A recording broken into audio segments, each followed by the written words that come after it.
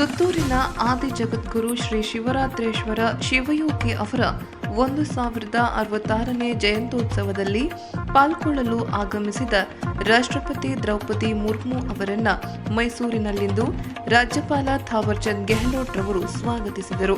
ಈ ವೇಳೆ ಕೇಂದ್ರ ಬೃಹತ್ ಮತ್ತು ಕೈಗಾರಿಕಾ ಸಚಿವ ಎಚ್.ಡಿ. ಕುಮಾರಸ್ವಾಮಿ, ರಾಜ್ಯದ ಪಶುಸಂಗೋಪನಾ ಸಚಿವ ಕೆ. ವೆಂಕಟೇಶ್, ಜಿಲ್ಲಾಧಿಕಾರಿ ಲಕ್ಷ್ಮೀಕಾಂತ್ ರೆಡ್ಡಿ, ನಗರ ಪೊಲೀಸ್ ಆಯುಕ್ತರಾದ ಸೀಮಾ ಲಾಟ್ಕರ್ ಸೇರಿದಂತೆ ಮತ್ತಿತರರು ಉಪಸ್ಥಿತರಿದ್ದರು.